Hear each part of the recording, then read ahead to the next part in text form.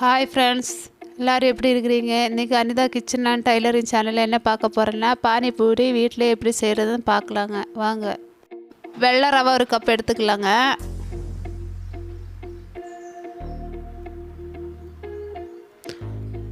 மைதா மாவு 1/4 கப், கோதுமை மாவு 1/4 கப்,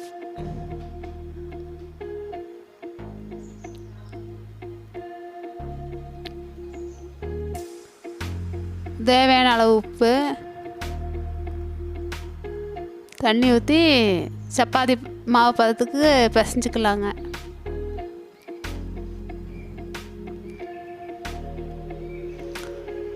கொஞ்சம் கொஞ்சமாக தண்ணி ஊற்றி பிசைஞ்சிக்கலாங்க.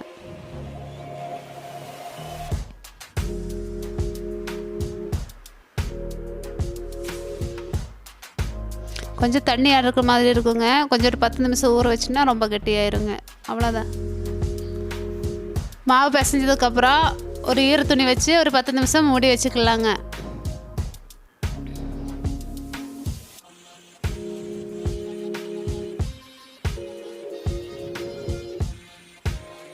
பானிபூரிக்கான தண்ணி எப்படி ரெடி பண்ணுறதுன்னு பார்க்கலாங்க. மிக்ஸி ஜார் எடுத்துக்கோங்க. ஒரு கைப்பிடி அளவு புதினா, ஒரு கைப்பிடி கொத்தமல்லி,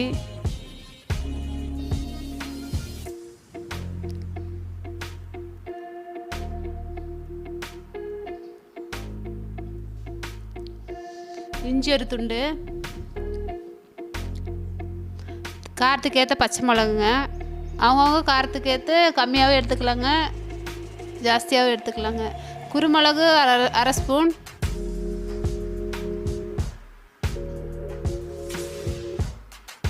சீரகம் ஒரு ஸ்பூன்,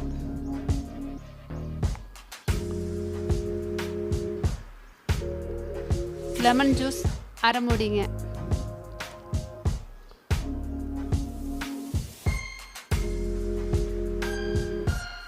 அரைக்கிறதுக்கு தேவையான அளவுக்கு புளி தண்ணி ஊற்றி இருக்குங்க. நல்லா நைஸாக அரைச்சி எடுத்துக்கலாங்க.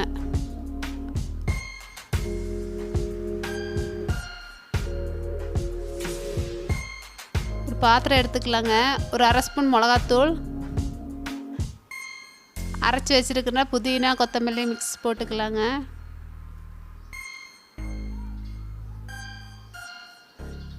கரைச்சி வச்சுருக்கலாம் புளி தண்ணி. எந்த அளவு குவான்டிட்டி வேணுங்களோ அந்த அளவு எடுத்துக்கோங்க.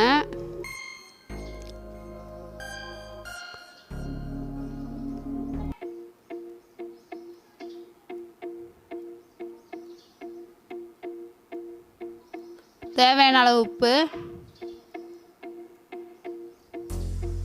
லெமன் ஜூஸ் அரை மூடிங்க.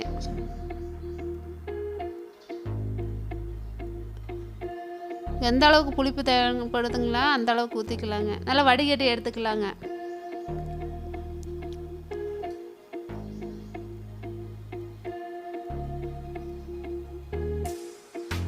மிளகுத்தூள் 1/4 ஸ்பூனு, மிளகுத்தூள் 1/4 ஸ்பூன் போட்டு நல்லா மிக்ஸ் பண்ணி எடுத்துக்கலாங்க. பானிபூரி தண்ணி ரெடி ஆயிடுச்சுங்க. இன்னும் மசாலா எப்படி செய்கிறதுன்னு பார்க்கலாங்க. உருளைக்கிழங்கு நல்லா வேக வச்சு எடுத்துக்கோங்க. இந்த மாதிரி நல்லா மசிச்சு விட்டுருங்க. இந்த மாதிரி நல்லா மசிச்சுக்கோங்க. பச்சை பட்டாணி எடுத்துக்கலாங்க. பச்சை மிளகா, காரத்துக்கு ஏற்ற பச்சை மிளகா, தேவையான அளவு வெங்காயம், பொடியாக நறுக்கின பெரிய வெங்காயம், கொத்தமல்லி கொஞ்சம், உப்பு தேவையான அளவு,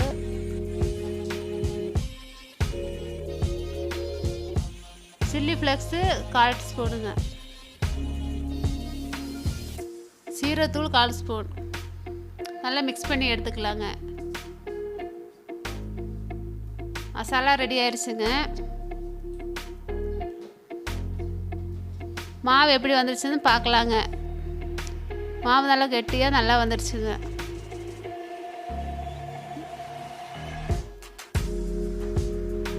பூரி எப்படி செய்கிறதுன்னு பார்க்கலாங்க.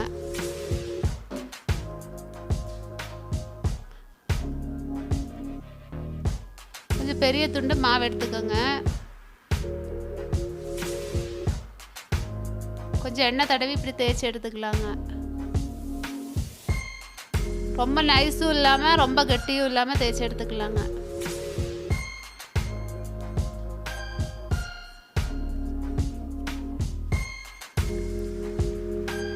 அளவு கட்டுறது அளவு கட்டுறதுல கட் பண்ணிக்கோங்க. நான் ஒரு டப்பா மூடி எடுத்துக்கிறேங்க.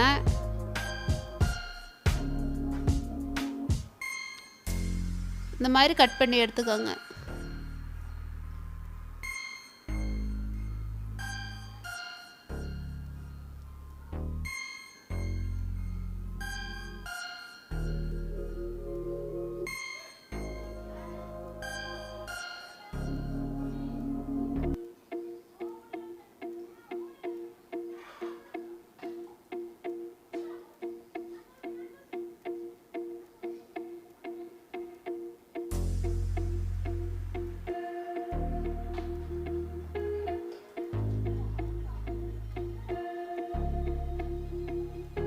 எல்லாமே இந்த மாதிரி கட் பண்ணி வச்சுருங்க. இனி எண்ணெயில் போட்டு பொரிச்சு எடுக்கலாங்க.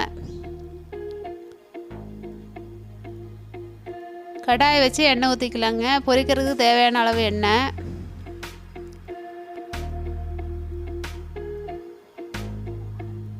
ஒன்றா போட்டு பொரிச்சு எடுத்துக்கலாங்க.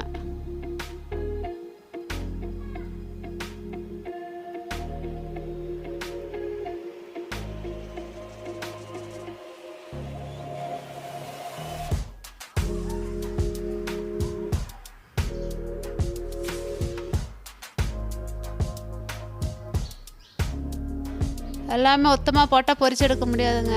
ஒன்றா போட்டு பொரிச்சு எடுத்துக்கலாங்க. எல்லாமே இந்த மாதிரி பொரிச்சு எடுத்துக்கோங்க.